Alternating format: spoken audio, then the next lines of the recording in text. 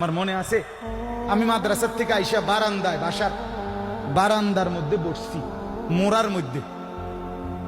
কুমিল্লা শহরে আমাদের বাসা ছিল। আমার মা রান্না করে আমার ওইখান থেকে বলতেছে, আনিস মোড়া উল্টাইয়া, মানে তুই ফিরা, মার দিকে ফিরাব। আমি মার দিকে আরেক দিকে তাকাইছিলাম, তা আমি ফিরা বসছি।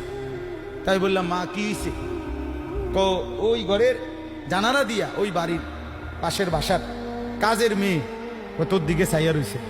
মা এটা দেখছি, এই জন্য তোরে বলছি ঘুরা মার দিকে ফিরা বসতে। মার নজর, মা নজর রাখছে।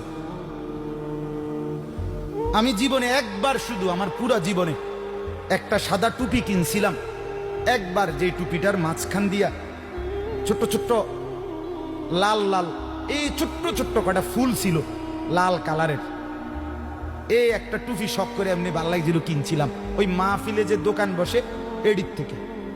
তখন আমি মাত্র নতুন চাকরি নিছি, পড়ালেখা শেষ করে বেতন হইছে অল্প টাকা। বাড়িতে গেছি, আমার আব্বা এটা দেখছে। দেখে বিকালবেলা আমার মারে কইতেছে, হেতে যে চাকরি হয়েছে পয়সা হয়েছে বুঝছনি? মারে বলছে। মায়ে কয়, না কি তো হয়েছে? টুপি দেখছো না? টুপি দেখো না, রঙ্গিলা টুপি পিনছে, বুঝাই তো যায় ভূতের বেতন হইছে, চাকরি হইছে। রাত্রে আসার পরে মা, আমি বাহিরের থেকে